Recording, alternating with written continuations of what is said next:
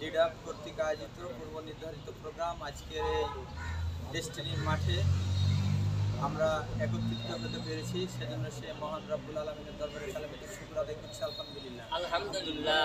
অফুরন্ত দরুদ বর্ষিত হোক বিশ্ব মানবতার মুক্তির দূত সর্বকালের সর্বযুগের সর্বশ্রেষ্ঠ মহামানব জনাবে মোহাম্মদ রাসূলুল্লাহ সাল্লাল্লাহু আলাইহি ওয়াসাল্লামের প্রতি এবং প্রিয় বন্ধুগণ, আমরা বিগত 2012 সাল থেকে পর্যন্ত খনি, ফ্যাসিবাদ, ষড়যন্ত্রকারী, লুণ্ঠনকারী শেখ হাসিনা সরকারের ষড়যন্ত্রের শিকার ডেস্টিনি পরিবার। তারই ধারাবাহিকতায় আজকে যে জায়গায় দাঁড়িয়েছি, রাজশাহীর ক্রয়কৃত ডেস্টিনির মাঠ, ডেস্টিনির এই বর্ণালীর মাঠ, ডেস্টিনির এই সম্পদ, তার দস্যু বাহিনী, রাজশাহী সিটি কর্পোরেশনের মেয়র এবং তাদের দোসররা এটাকে আটকে রেখেছিল। আমাদেরকে এখানে দাঁড়িয়ে কথাও বলতে দেয়নি, মিটিংও করতে দেয়নি।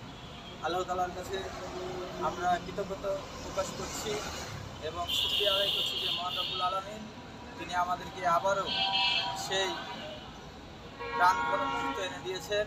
যিনার অশেষ মেহেরবানিতে আমরা আবারও ডেস্টিনি 2000 লিমিটেডের ক্রয়কৃত এই সম্পদের এখানে দাঁড়িয়ে কথা বলতে পারছি। আপনারা জানেন এই 12 বছর আমরা অনেক ত্যাগ তিতিক্ষা উপেক্ষা করে আমরা দাঁড়িয়ে আছি তিল করে। আজকে আমাদের ডেস্টিনি 2000 লিমিটেডের কর্ণধার জনাব মোহাম্মদ রফিকুল আমিন, মোহাম্মদ হোসাইন স্যার, তাদের বিরুদ্ধে কোনো অভিযোগ ছিল না। তারপরও জানি না কোন ষড়যন্ত্রের কারণে আজকে প্রায় 45 লক্ষ তথা 2 কোটি মানুষের রুটি রুজির যে প্রতিষ্ঠান, সেই প্রতিষ্ঠানকে ধ্বংস করা হয়েছে সুপরিকল্পিতভাবে। আজকে বর্তমান সরকার ডক্টর ইউনূস স্যারকে ধন্যবাদ জানাই। ওনাকে বলবো যে আজকে বাংলাদেশের যে আপনি বলছেন যে মানুষের চাকরির পিছনে না ছুটে উদ্যোক্তা হতে, বাংলাদেশের আমি মনে করি সবচেয়ে বড় উদ্যোক্তা হলো ডেস্টিনির এমডি রফিকুল আমিন, মোহাম্মদ হোসাইন। ইনাদেরকে আপনি সহযোগিতা করুন এবং ডেস্টিনিকে পুনরায় আগের মতো কাজ করতে দিন।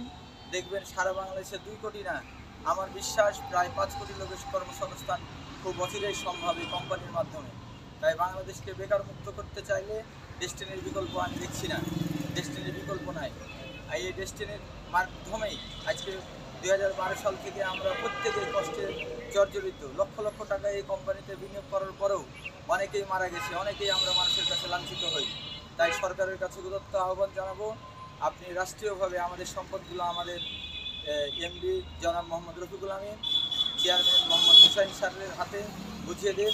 আমরা আমাদের প্রাণের কোম্পানি ফেরত চাই এবং কোম্পানিতে কাজ করে আমরা ভালো থাকতে চাই। আজকে দেখবেন স্যারের কি কমিটমেন্ট ছিল। উনি 2012 সালে ওনাকে নিজে আত্মসমর্পণ করার পরে ওনাকে অফার করা হয়েছিল যে আপনি চলে যান, আপনি কানাডার নাগরিক, 2 জন আপনারা সপরিবারে চলে যান। ওনারা কিন্তু যাননি, কারণ ওনাদের ভিতরে সৎ মন মানসিকতা মনোভাব ছিল, এই কারণে ওনারা যায়নি। আজকে ওনারা যদি চলে যেতেন এই কোম্পানি নষ্ট হয়ে যেত। তাই আমরা বলবো যে এই কোম্পানিতে আমরা এসে আবারও কাজ ফিরে পেতে চাই। এই কোম্পানিকে আমরা ভালোবাসি। এই কোম্পানি কোনো প্রতারণা করে নাই। এই কোম্পানির উপরে 45 লক্ষ মানুষ, কেউই আমরা ক্ষতিগ্রস্ত হয়নি, আমাদের কোনো অভিযোগ নেই। সারা বাংলাদেশে 45 লক্ষ ডিস্ট্রিবিউটরের একজনও কোনো কোর্টের কাছে, কোনো থানাতে গিয়ে, কোনো কারোর কাছে, এমপির কাছে অভিযোগ করে নাই।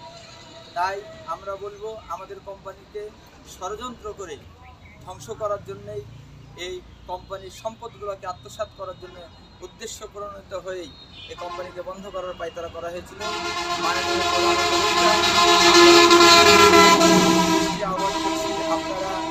আপনি আপনার সকল উপদেষ্টাকে নিয়ে আমাদের এই কোম্পানির প্রতি সুবিচার করবেন, এটাই আমাদের বিশ্বাস।